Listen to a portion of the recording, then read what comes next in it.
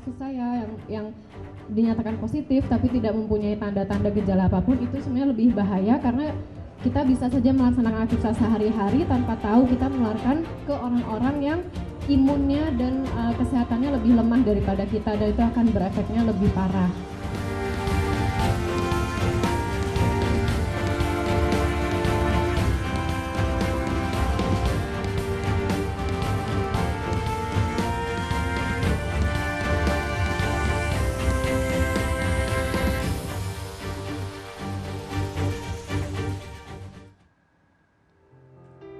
Pemirsa, kembali di Prime Show with Ira Kusno.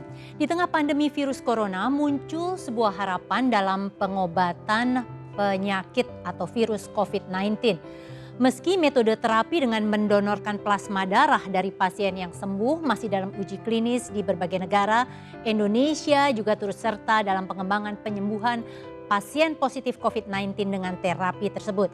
Saya akan berbincang dengan seorang pendonor yang sukarela ikut dalam bagian mengembangkan ilmu pengetahuan. Selamat malam Ratri. Selamat malam Mbak. Ya Ratri, ini kan kamu dikenal sebagai pasien 03 tadinya. Kemudian terkuak identitasnya pasien 01, 02 itu adalah ibu dan adikmu. Apa yang berubah dalam kehidupanmu sesudah itu? Berubahnya sebenarnya banyak sekali karena jadi lebih terkenal pastinya.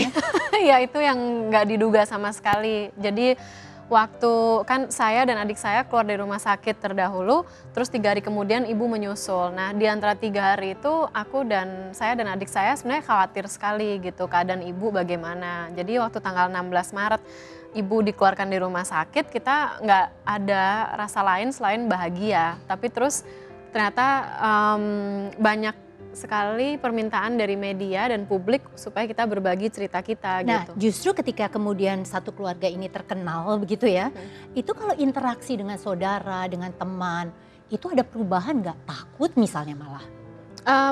Yang kita rasa mereka memang berhati-hati, tapi nggak ada yang takut.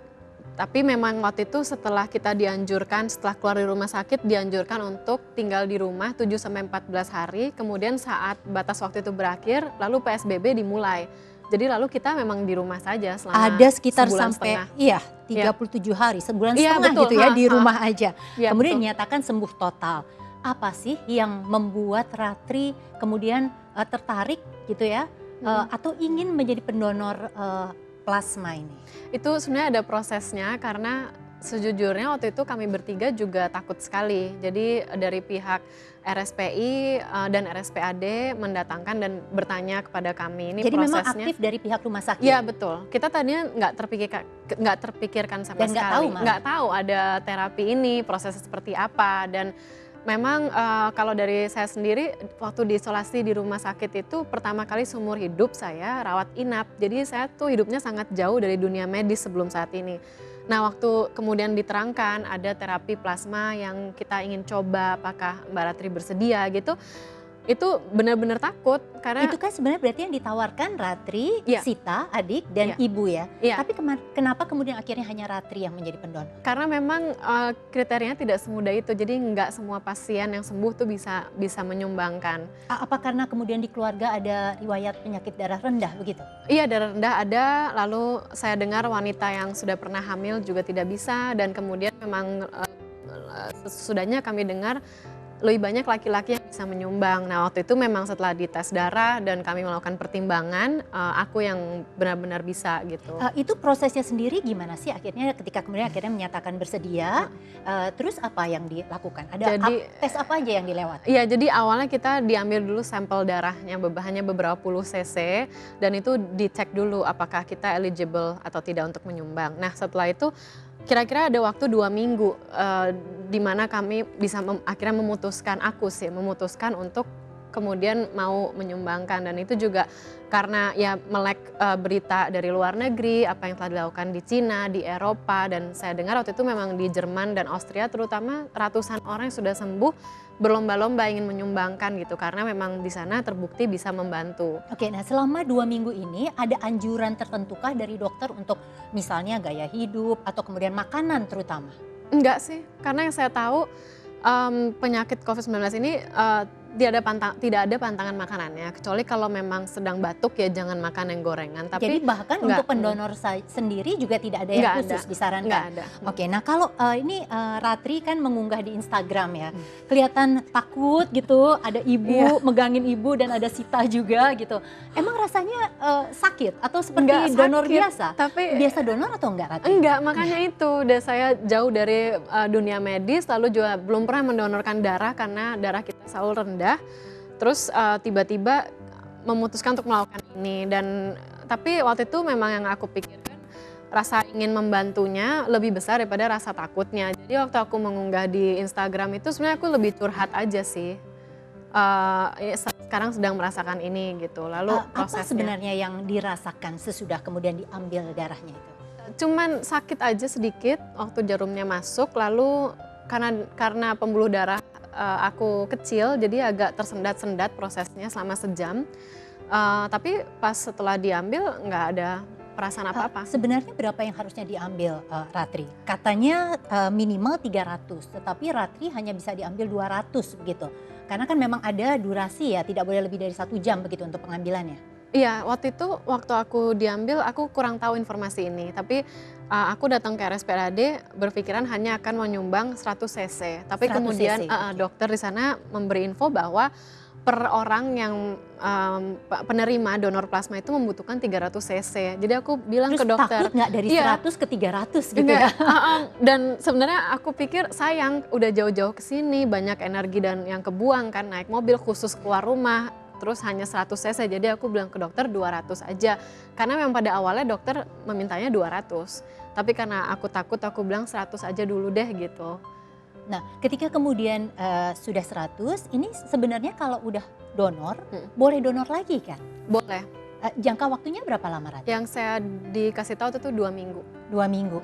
Dan ini berarti Ratri baru sekali? Baru sekali, waktu itu kita sudah merencanakan mau datang lagi, tapi kemudian ada halangan mendadak. Jadi belum kembali lagi. Oke. Nah, kalau sesudah mendonor itu tadi Ratri bilang bahwa tidak ada rasa sakit dan sebagainya gitu ya.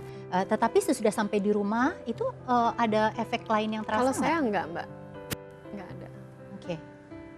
Nah, Ratri tadi bilang ini sebenarnya dari pihak rumah sakit yang mencoba mendekati, meminta pasien-pasien yang sudah sembuh COVID untuk mendonorkan.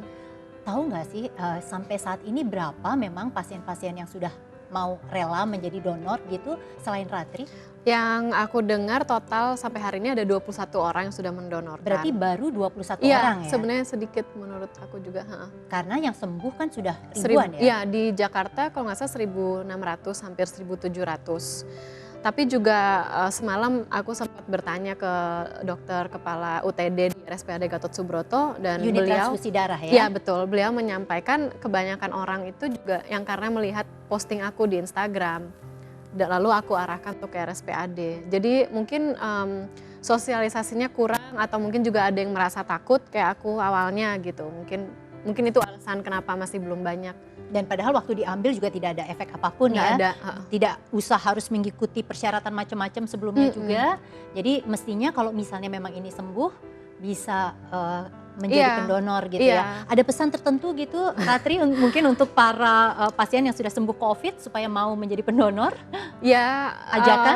Iya sih, aku ingin mengajak teman-teman yang sudah sembuh, kalau memang ada pikiran untuk membantu sedikit atau berkontribusi terhadap penyembuhan kita semua dari COVID-19 ini, kalau bisa teman-teman langsung menuju ke RSPAD Gatot Subroto dan ikut menyumbangkan plasma darahnya. Oke, pertanyaan terakhir. Oke. Ratri itu dikasih tahu nggak sih nanti ini darahnya, plasma darahnya Ratri untuk pasien yang mana? Enggak, Mbak. Oke. Ratri terima kasih sudah bergabung bersama kami, sehat-sehat terus. Sama-sama. Dan berarti nanti insya Allah tetap bisa jadi pendonor yang kedua kali ya. Iya, amin. Terima kasih.